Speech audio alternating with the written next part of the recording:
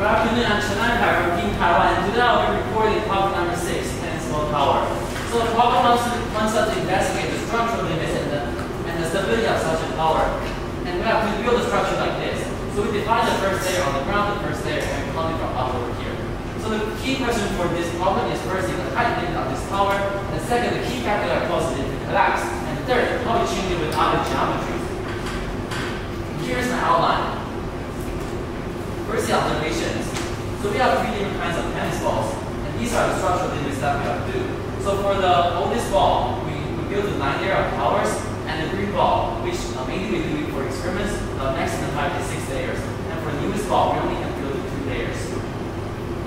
So first we want to investigate the gaps between the balls. So for the vertical gaps, you will lose contact and the force will continue. So it will just collapse like this. And with horizontal gaps, you will increase the horizontal force component and it will collapse. And both of these gaps are devastating, so we should avoid any gaps in order to investigate the structural limits and the stability of such a tower.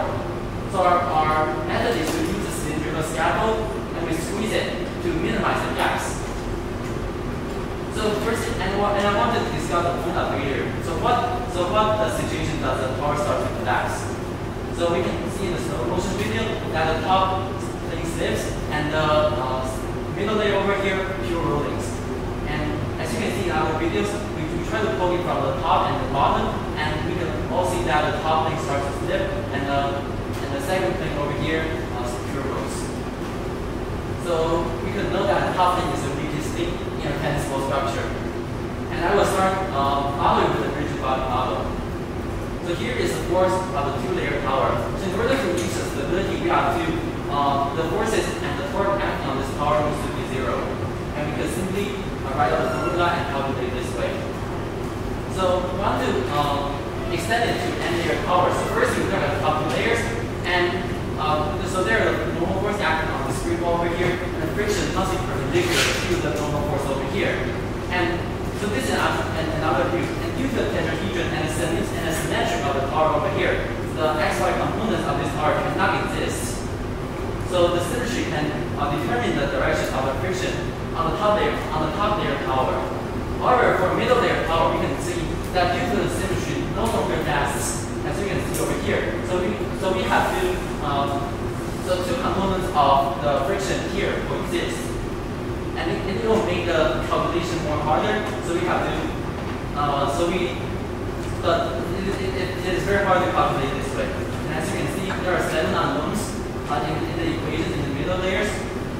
But despite we calculated it, and as you can see over here, we have the x component for the friction and y component for the friction.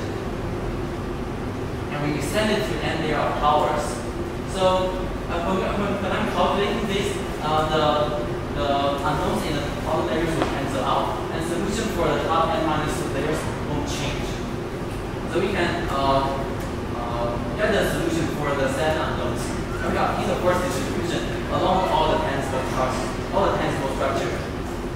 So the normal force shouldn't be because tensile always can give each one normal force. So the friction is the key that keeps it constant.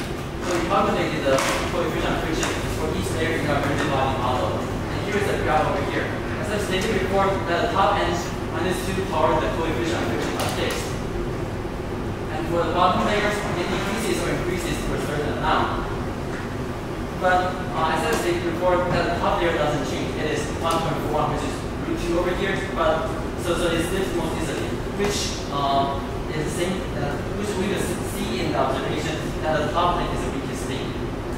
But there shouldn't have been. But it's very curious because there shouldn't have been no difference in the top, in the end of in the tower height, because the coefficient of friction is the same for the top plane. So we want to investigate this. So we do an experiment by building up the tennis ball belt, and we really created a same spherical belt shell to prevent rotation, and use a force gauge to push it. And we divide, and we could get the coefficient of friction this way. So here are the experiment data.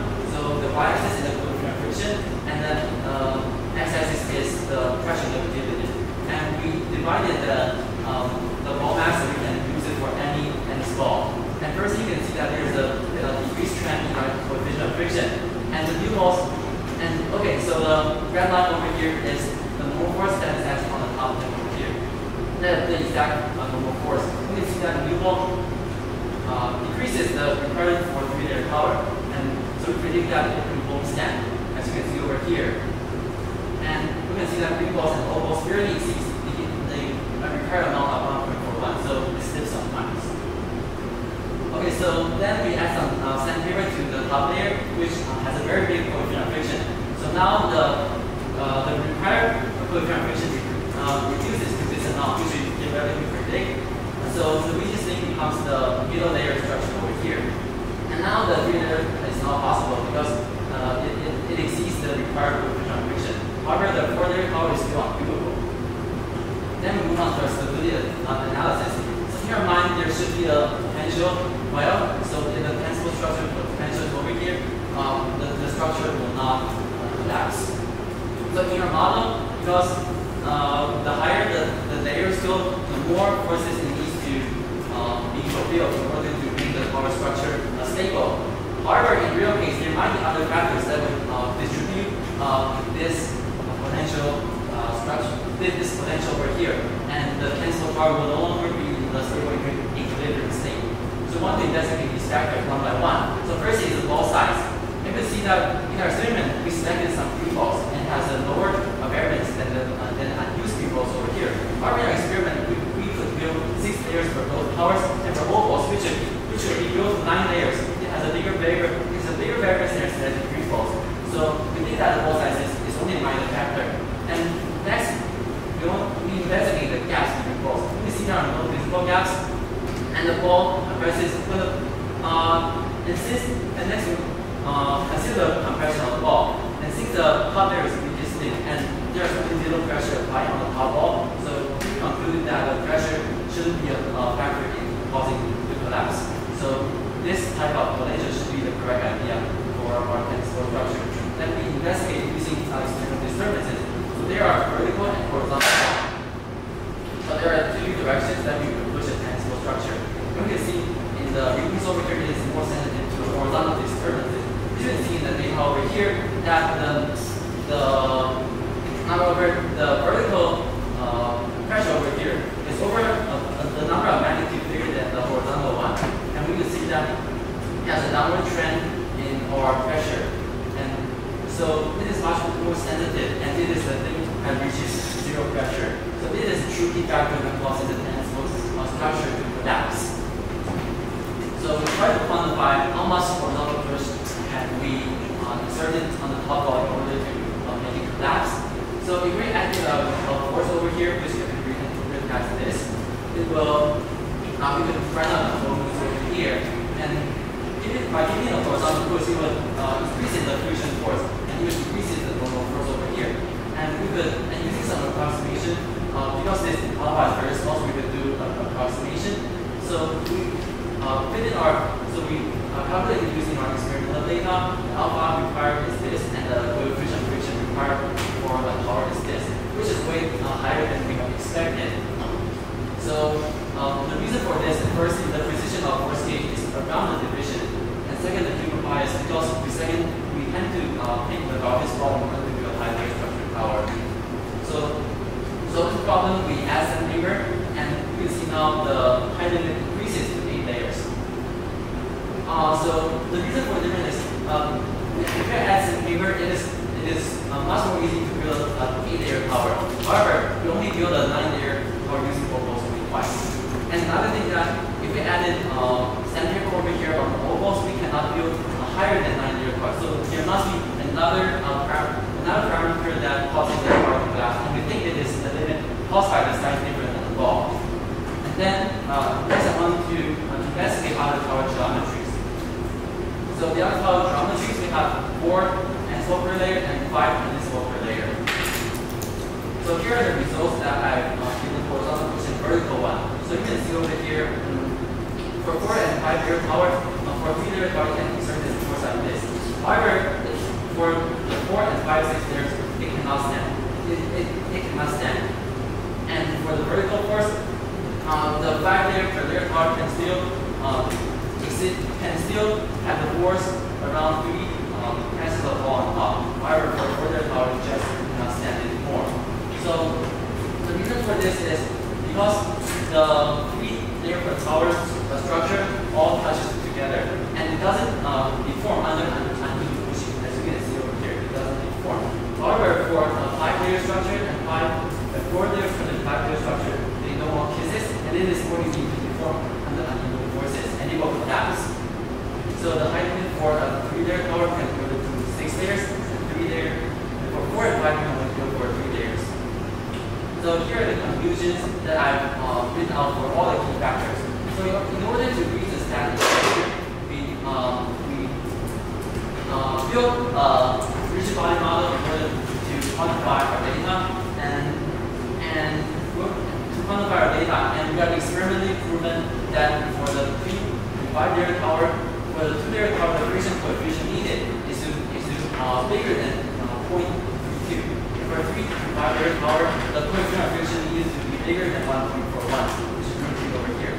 And to withstand the horizontal disturbances in an even higher tower, we assume that horizontal push is the main focus and causes 6 to 8-layer towers to collapse. And if we are approximate for 1 rem of horizontal push, the coefficient of friction needed for these towers to stand has to be bigger than 1.6. And for 9-layer tower and above, it is in order to maintain a symmetric force distribution, so we have to minimize the variance in ball size in order to, for 9 layers and above, for tower to stand. And for more balls together, we have to withstand the deformation of the tower of the layers. So the important part is whether the ball kisses or not. And this concludes my report. Thank you.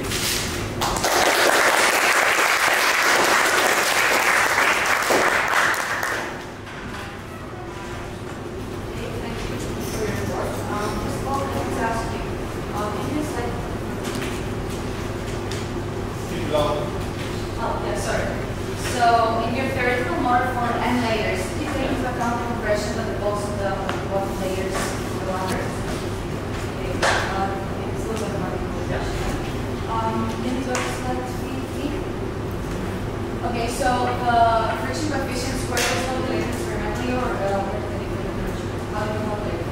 This, so on the next page, on the previous page, that we can calculate the force on every layer tower. So we divided the normal force, the friction force by normal force, and we will get the coefficient of friction needed theoretically for every structure part, and it goes all over there. We could estimate 75 layer tower. Okay, I understand. And for the first layer, how many friction coefficients have you calculated?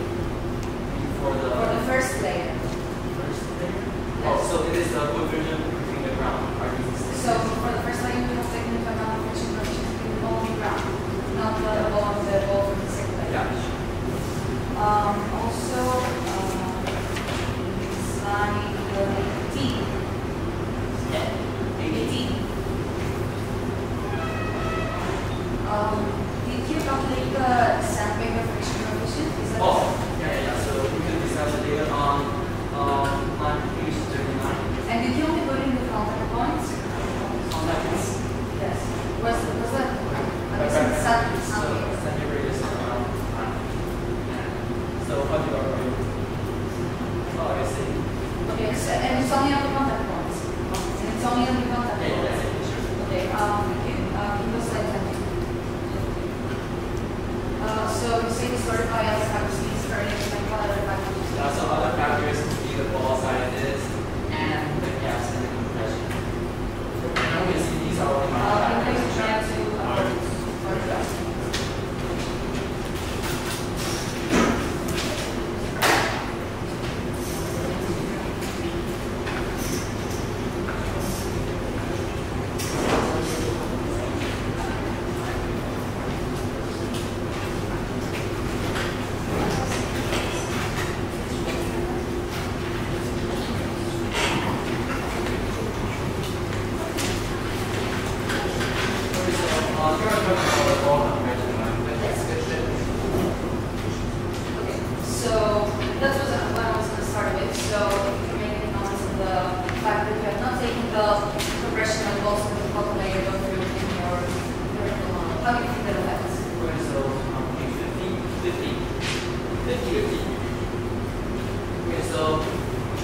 see the tangible structure looks like this and with compression. So when we compress the ball, first we compress the belt, and we compress the rubber board, so the compression will look like this. Are you saying that you apply Q-blade compression? Yeah, I did my practice in the start, that's why you said that you apply compression. Yeah, I went further.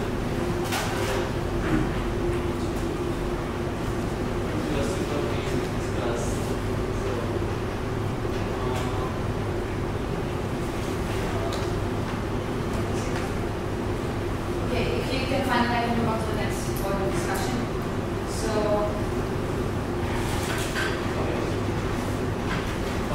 okay, can I move on? Okay, so can you go slide 17? 17. No, I think it was the previous one. 16. No. Okay, I can find it. The use of the plastic that we use to form information. Oh, yeah. Did you use it in every one of your experiments? Yeah, okay, so for a lower degree power, I just use it with my ball. Okay, just structure the tensile bar with my hand. So you used it only for one? Did you use it in your experiments? Yeah, I use it for, so I built to like a little bar and okay, so just for get the- a 4 and 5, 6 bar. Okay. I hope which is it. But so it's like very hard to Okay. do without this. I understand. So do you think it makes a difference so that for the fact that for example, 8-layer tower, we use the plastic, and then for a 2-layer, 3-layer tower, we didn't? Yeah, that's true. Oh. I just want to make sure the Would stability that of the make bar. a difference? What? I just want to make sure it has the stability of the bar, so it's Okay, so when we use it for the 3-layer tower too? yeah. Okay. Okay. Move on. Did you maybe predict or experimentally find the maximum number of layers that you have? Also, so in our rigid body model, we could build to n layer. We could build to like maximum power if the Hubble coefficient friction is 1.41. Theoretically, you can build an n-layer tower experimentally if you predict a maximum number of layers. So in my conclusion, I have different things in order to accomplish to build to one of the layers. So if you want to build like layers, you have to minimize the layers both sides in order to build like extremely high layer. Okay, so there's not a universal maximum value of layers that depends on other structural parameters. Okay. So it goes slide 25. Okay. Can you explain to me how you calculate the layer bars? Layer bar, so I just do an experiment many times and I just do experiment very many times and I calculate the density deviation. Okay, so on the left is standard deviation. On the right is non-standard deviation. So one of the problems this is also standard deviation and we use bar chart to because this is no continuous relationship. okay, then why are their values different if you use standard deviation? Or is there? So force is different and so actually this is very interesting. The force on here is very interesting. We want to discuss this part. We want to discuss why does the pressure looks like this. So 3-layer tower reaches very high and 4-layer tower it decreases. I think it's very interesting. Okay, can you make a remark on that?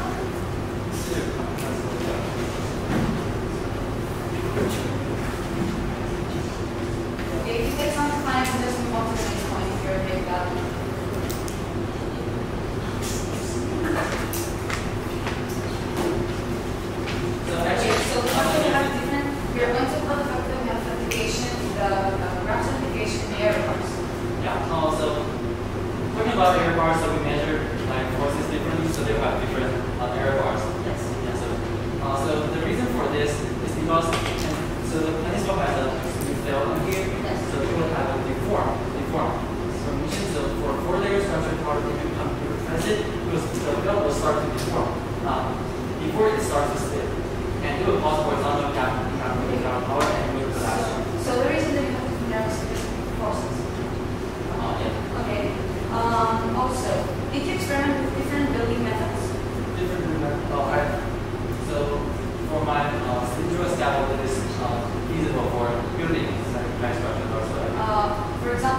would like to clarify the building methods because I see you use one, but with different building methods maybe give you the chance to have a higher layer tower. That's what I'm asking. Okay, so for higher layer power, just as I have presented my report, so I conclusion that you also need a higher power, you have to minimize the barriers. Yes, except that I think that what you're lacking in your report is that maybe you could have had a chance to have more layers in the tower if you used a different building method, for example, that would provide more stability. But anyway. Okay, so can I elaborate on the wall sizes that might affect the power that? No, I understand what you're saying about the variance in wall sizes. And since we're talking about the wall sizes, we experiment with different wall sizes, even in the same tower, including different wall sizes, or different for the same building tower, different wall sizes. And of course, mass changes. Okay, so you're talking about different wall sizes in one layer power, right? So then in one layer, there's like one bigger one and one smaller one. Are you talking about this? In the same layer, Yeah. one big one and one smaller one. Yeah, so. Oh, yes, I was it- talking it about, is a- okay, that's not what I considered first, but you can remark about that. Yeah, so if one wall is bigger than that, so you have three different heights in one layer power. And Yes. next to error propagation, including the tower, you make the tower like, you could think. Yes, I mean, it makes, that's a qualitative observation that does make sense. But what do you think happened, for example, you had the same tower with, for example, let's say 3 layers, built with one type of walls, and then a different tower with the same construction, built with different walls that are larger and of course heavier. Did you investigate it before? So if you have. Having the same tower but just different type of walls, so that one would be bigger and of course heavier. Very the low mass, what I'm asking. So we did experiment with marbles. You want to see that? We did experiment with marbles, just like smaller balls.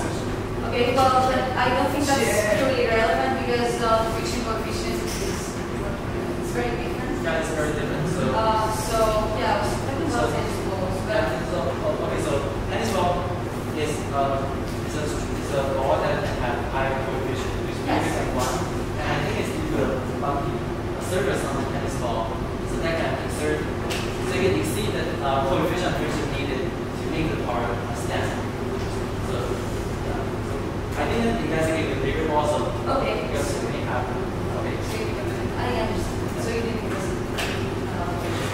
Okay, that's a parameter that it's my opinion that it's a parameter that should be added because it could be affect the stability and layers of the tower. So have you thought about the effect of cohesion in walls? Okay. For example, do you want to clarify that? Between the same layer. Yes, there are some additional attractive forces between the walls due to the surface interior. So as you can look at this, we have 3 different kinds of ball, right? So all ball we can build to 9-layer power, and you can see this more bumpy. And for new one, the coefficient friction is very low. As you can see in my presentation, Scott is more furry. With more furry and lower coefficient. That's why I think that it is an important point in your presentation because you use, for example, all the new balls which have, except from different friction coefficients, they also have changes in the attractive forces. So is it something you consider in your theoretical model or in your experimentation? Yeah. Oh, excuse me. Is that something you consider in your theoretical Yeah, so or experimentation? I explained that the pencil bar can have one for one with vibration due to the bumpy surface. Bumpy surface of the pencil can exceed the individual vibration to the power. Well, I understand. Lastly, you said that theoretically you have a model of n layers. Yeah. So since experimentally that cannot be done, like n layers, I'm going to go back to the question of what do you think is the most important factor that does not allow us to have n layers? So yeah, as I told in my conclusion, there is different things in order to accomplish. And you believe that they have an order of hierarchy that this is the most important factor. Can you tell me, like in the 10 seconds remaining, can you tell me if there is one of these is the most important factor we have? Yeah. So we want to minimize the horizontal disturbance, as I said in my report. So minimize horizontal forces is very crucial, and various involved will increase the horizontal force. Okay, so you want to minimize minimize horizontal forces. Okay, thanks.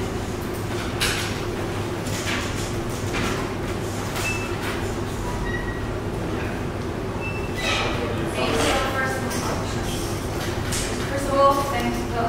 On each layer, which would have added more of physics to the actual equation, but could have been investigated. Thank you.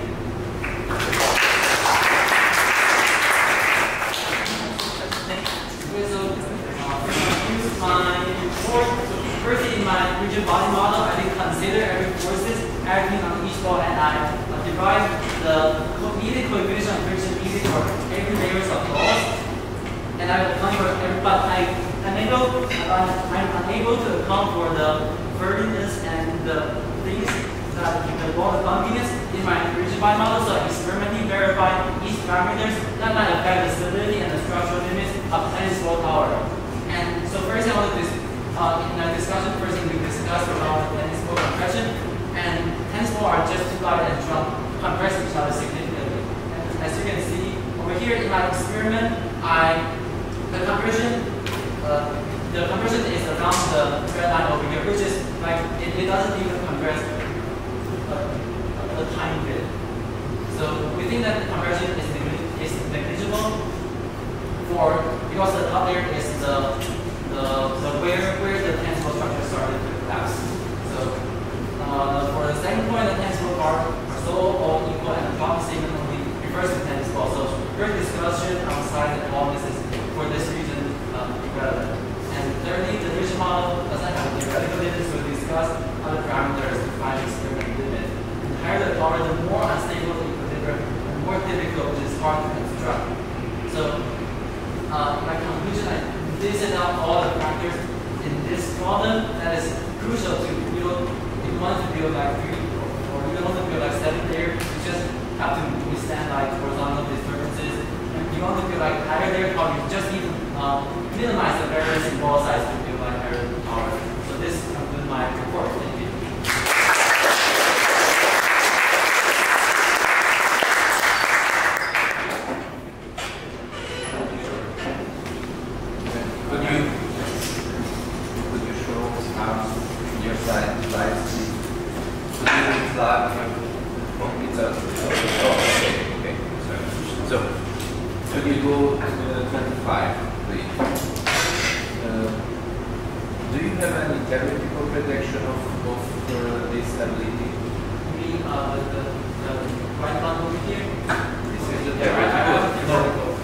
Have you calculated this force? Yeah, so I've also written a model like setting the force on ground, and so is this an experimental one? Yeah, this is experiment, but I did have experiment. I have theory predicting it. And push the ground. No. Could you?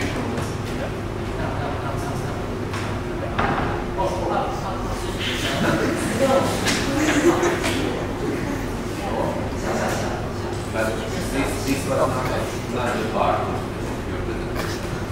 Yeah, here.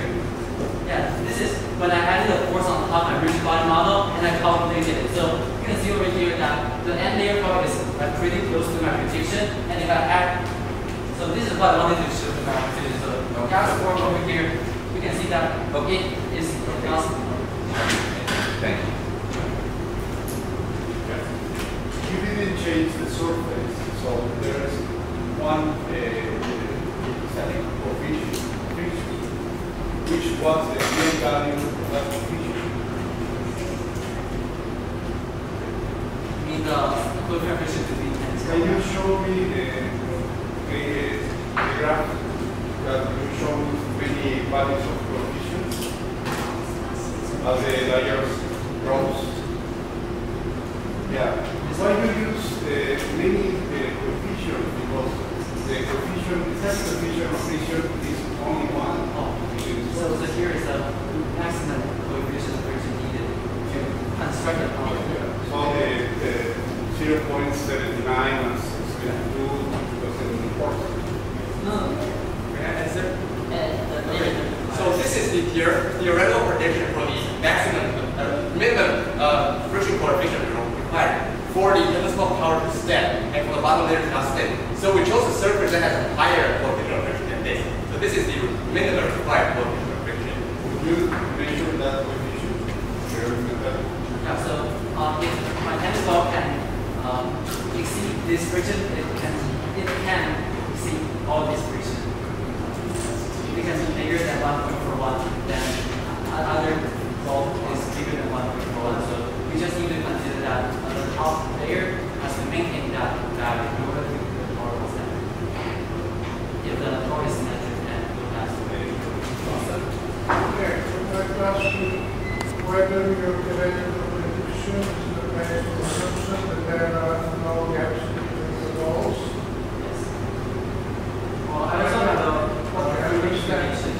And another question, can you observe a little more of the tower, for example, can you also the flower, can you observe collapse of the tower from the bottom, not from the bottom?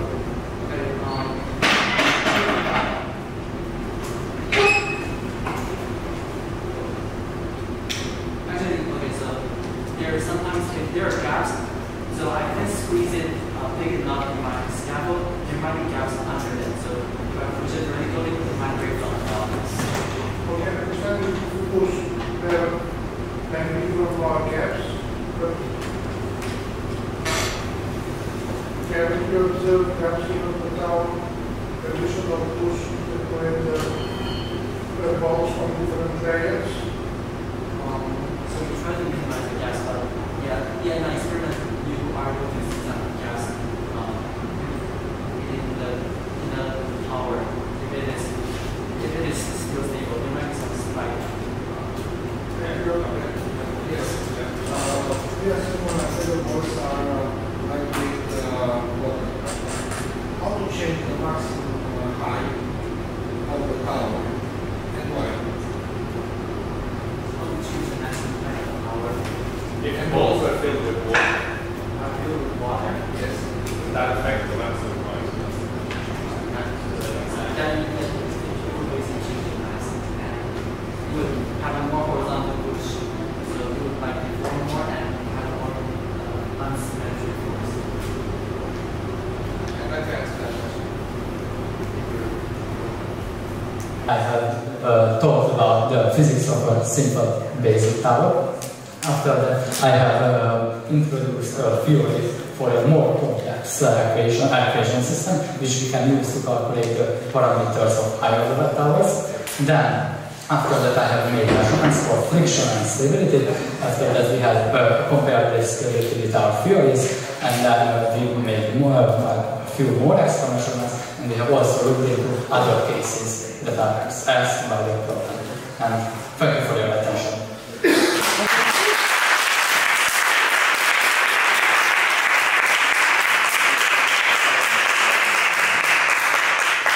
Thank you for amazing report. So first question I want to ask, what is the limit of the tower that you built?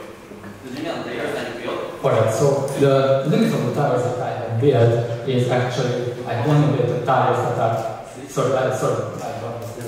which are level 6, but it theoretically should be higher, a lot higher. I'll move to the next question. Alright, okay. Okay, so do you measure the variance of the radius and your mass of your harness balls? Well, I didn't vary the mass and the radius, but in our theory they are not So dependent. you didn't measure the variance between your tennis balls? Oh, sorry, I have Okay, thank you. And how many different types of tennis balls did you use? that for most of our measurements we use the same type of Okay, tennis and next question I want to ask, where does the tennis ball start to collapse? Where does this structure start to collapse? Oh, of course. So it depends. It depends on the type of push. It depends. And you mentioned in your theory that the tower collapse, the coefficient of friction is 1.41 for all the layer of tower, right? Yes, it is. Okay. And you mentioned that. Sorry, but the maximum coefficient of collapse, but the maximum, the friction coefficient of the tower would be 42 still, yes. Yeah, so I want to clarify, so to get the force push. So you can see that your data that is over magnitude, the data. And the force that you push vertically and horizontally is over magnitude. So do you know how to explain this? Yes, basically this is let's say an angle tower measurement method. Okay, so just ask you that is the tower more stable? Is the tower more easy with horizontal disturbances, right? It's more sensitive to horizontal. It matches from the top, right? Yeah. Yeah, exactly. Yes. Okay, so next question I wanted to ask. I'm sorry. You have to keep it for the discussion. Thank you very much. Time preparation.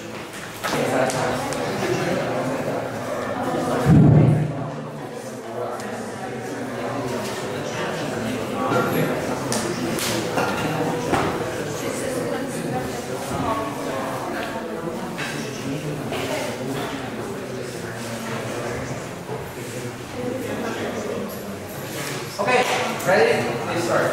Good afternoon, I'm Kai Chan from Team Taiwan. Today I'll be opposing tennis ball tower number 6. Okay, so for the report overview, firstly they did observation, necessary static friction 2D for equilibrium, and they did a coefficient of friction increases with the distance. And for the pros, their setup can efficiently remove the gaps between the balls, and they didn't mention the top there, but they didn't mention that top there is the weakest thing. And there are no pictures or videos that mention a high structure, which is 6 layers in my short questions. And secondly, for the ball model, they use force equations, and but they didn't calculate the force required for on top.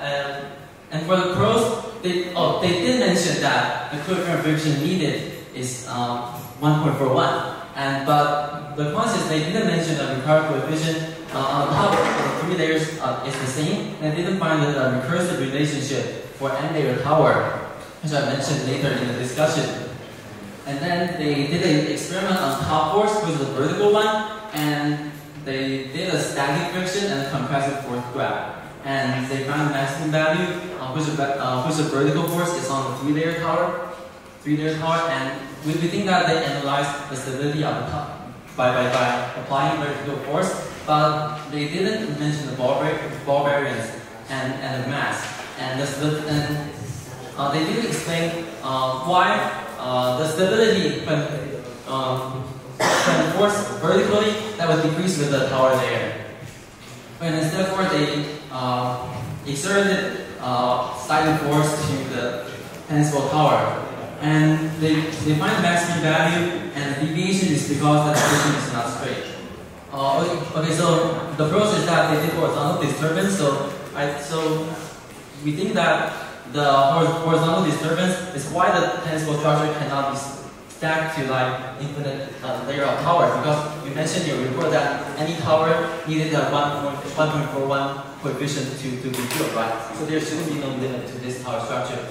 And the cons is the pushing horizontally should be done, but without much trouble, and it is not a relevant thing. And they didn't mention their ball variances, and they did not explain why the layer tower can withstand better horizontal pressure. And third, that they did the experiment with different balls per layer, which is what the problem statement told us to do. And the pros is that they mentioned the 4 and 5 per layer tower, they're unstable. And the deck of data, and they didn't mention the contact between balls that makes the 3 per layer tower more stable. Okay, so first discussing point, first I want to discuss the point of failure, which is why the tennis ball tower starts to collapse, which is the point that it starts to collapse. And I want to discuss the horizontal disturbance and the vertical disturbances, and why the differences is over a magnitude. And then I want to discuss the direction of friction between layers, since they only theoretically model, they only calculated the force on the top layer, which I think it is more relatively easy to do because of the symmetry on the top layer. So I want to discuss this also, and I want to discuss the deviation that caused by ball size due to error propagation. And for the experiment, okay, and I want to discuss why the ball structure can make tennis ball that exceeds coefficient of 1. I want to also mention the importance of coefficient of friction in this experiment. Okay. Okay, thank you very much. Please start the discussion. Okay, so first, So firstly, thank you for your invitation. yeah. Okay, so first I want to ask, so I asked you in the short question, and you said that the tower collapses. So if I have a small tower, and you said that it will collapse randomly, right? No, I didn't say that it collapses randomly, but so you are trying to ask me where does it collapse? Yeah. Okay. So, oh no, I want to ask you the point of collapse.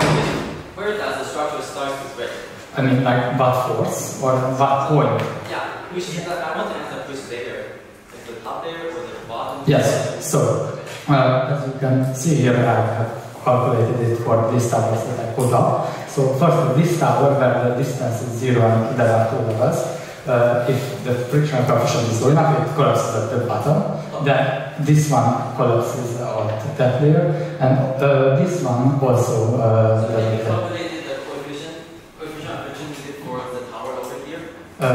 Well, in our complex, yeah, it is calculated, but in our application system we implemented it a way that we just calculated when it reaches that. So can you turn to page?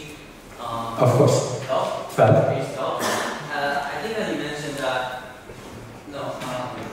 Before. I think the reason mentioned that they needed 1.41. Yeah. Okay. Yeah, so 1.41 is very uncommon for coefficient of friction, right? Indeed, it Only is. exceed. So you know why the tensile structure can exceed 1.41? Well, as I will explain it, it's because of the surface of this tensors. One thing that is because of the bumpy surface of the tensor, that the bumpiness of the surface of the tensor can intertwine with each other. Yes, indeed. So it's because of the first surface of the tensors that they are intertwining each other. And after this is the reason why we get that special graph for the frictional forces at smaller compressive forces. They are intertwining with each other, they are keeping each other touched, but and it's hard to pull them apart because of these knots. But at higher compressive forces, this becomes less and less relevant and more of the normal friction. So you're saying that the pressure can cause indeed, I'm saying that it can, the fact that you see here, it causes that. Okay, so since the first layer has the highest coefficient of friction needed, like 1.4 is very high, right? So yes. It should be the point of collapse. So interestingly, so I'm going to conclude that the top layer is the point that the tensile structure collapses. Do you agree with me? No, I don't agree. Let me show you something. It's in my just a second. But you can. So, but I want to discuss more interesting. That the coefficient of friction decreases with the vertical force. Yes, as the vertical force increases from the top, the necessary frictional coefficient for the tower to be kept stable at the top actually decreases from square root of 2, especially as you can see there. Yeah, yes. So this is very interesting because indeed it is. The structure looks like there are 3 and only 1 on top, right? So the pressure on the first layer is only 1 ball. And your pushing force one is the unit for this? The newtons. So it's newtons, yeah. So, like 1 tensile is like 60 grams. So your pushing force is like over here. So it is basically still 1.4. About yes. Yeah, still. So I still cannot agree with you that the tensile structure collapses from bottom because collapses from bottom. Can you agree with me on that? It's not collapsing from the bottom. We already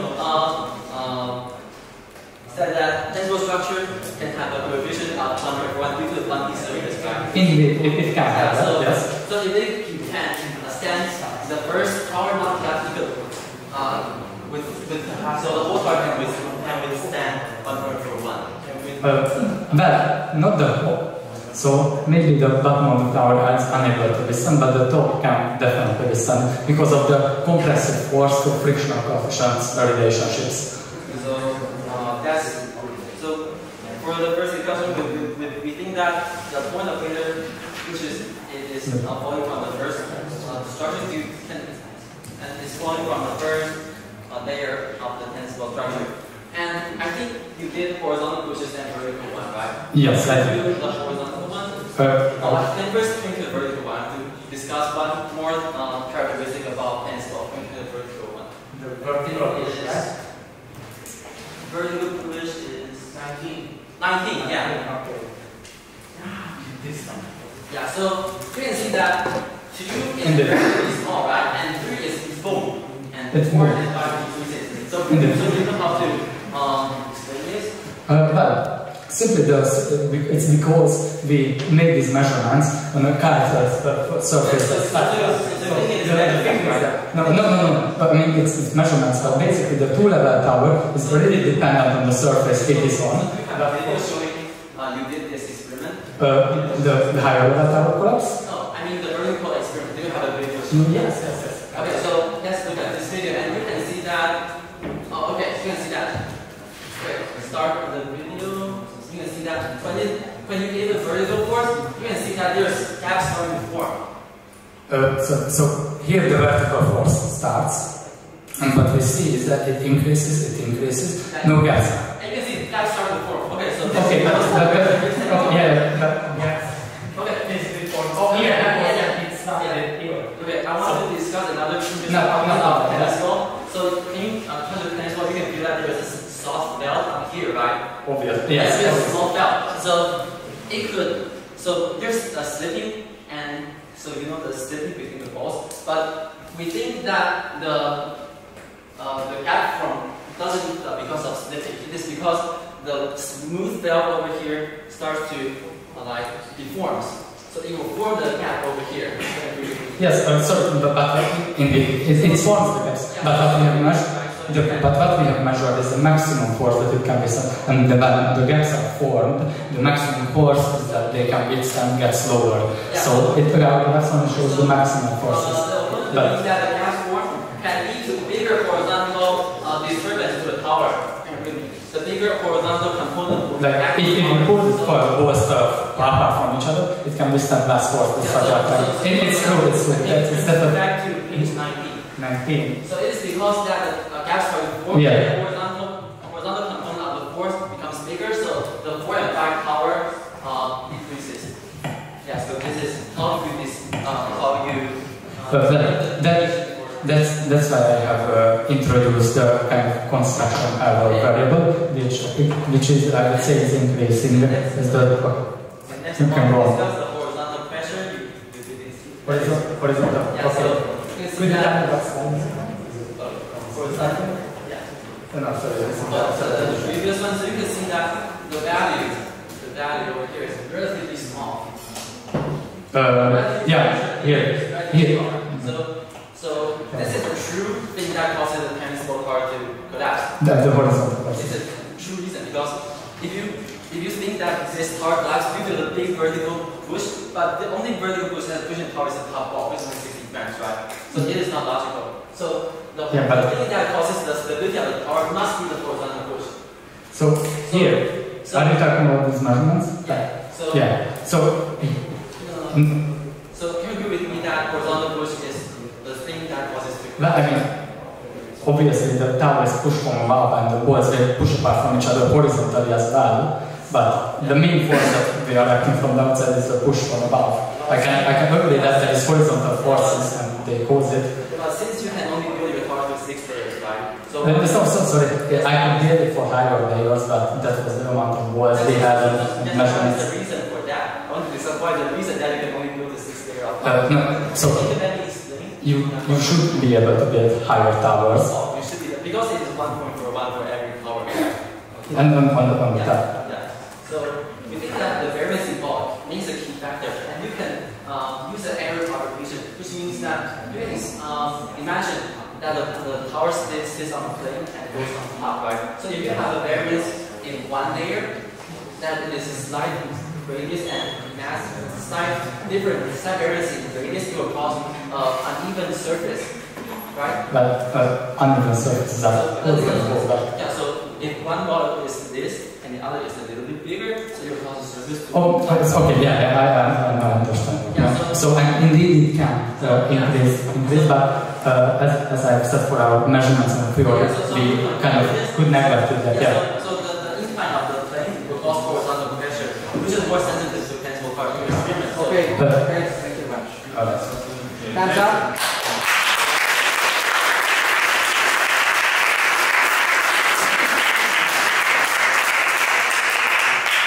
1 minute for the opponent, please. So first in my discussion, I discussed that the point of failure of power is on the top plane because we need the highest distribution of 1.41. And then I discussed the importance of the characteristic of planes well, such as the bumpy surface that can cause 1.41 coefficient of friction, and the belt that can contract, that can be deformed, and it will cause a fast horizontal pressure that would lead to the deviation in case of vertical experiments, because the horizontal with the vertical push indeed is 1.41, right? So it should be the same value, but it will drop down.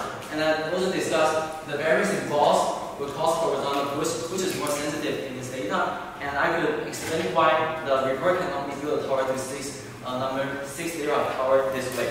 So I really had a great discussion with the reporter, and I thank you for your kind attention. Thank you very much.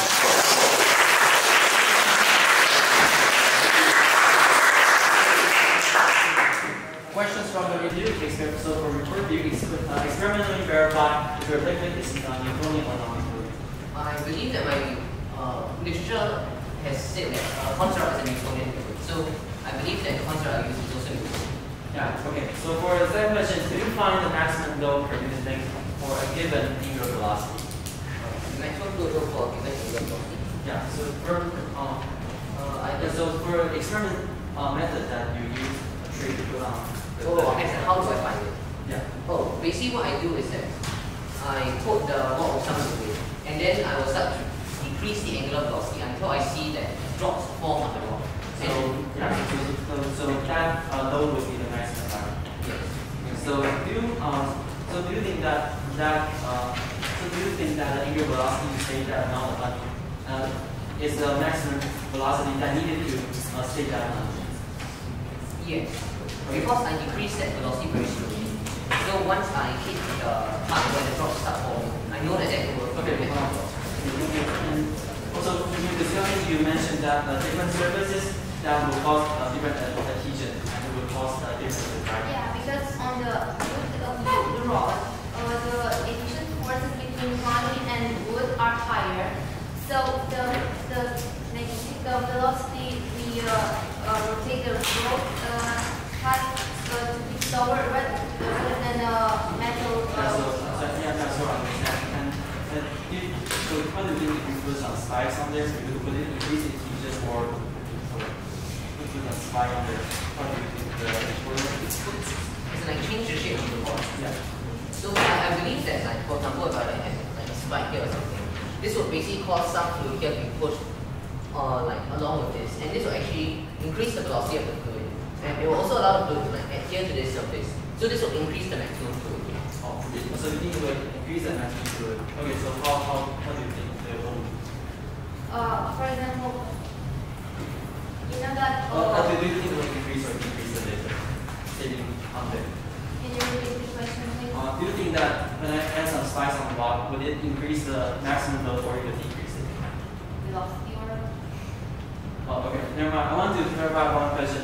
Your phase diagram, do you solve it numerically or analytically? Yeah. Numerically. Oh, so you consider the thickness of the honey in your numerical.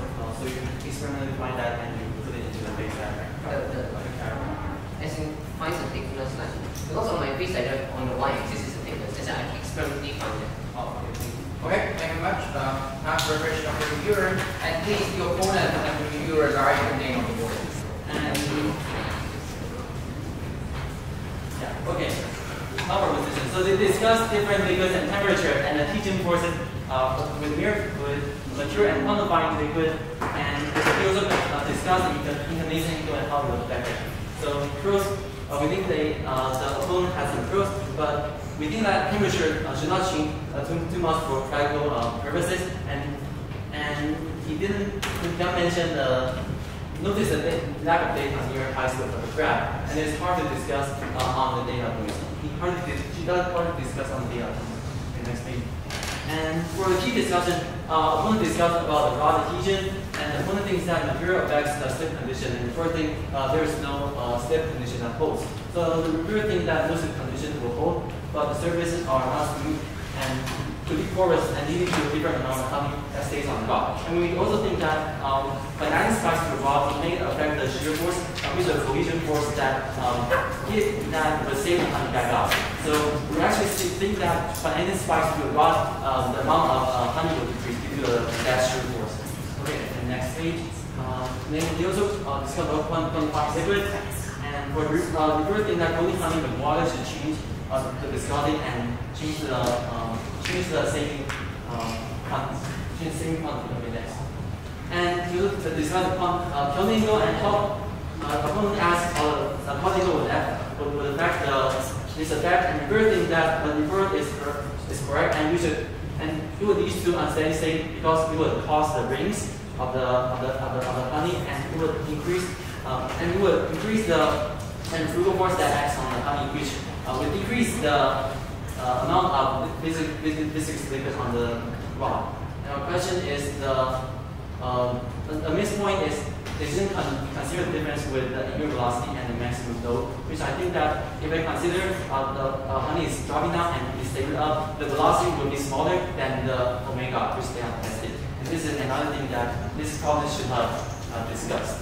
Okay, thank you. Okay, thank you, Matt.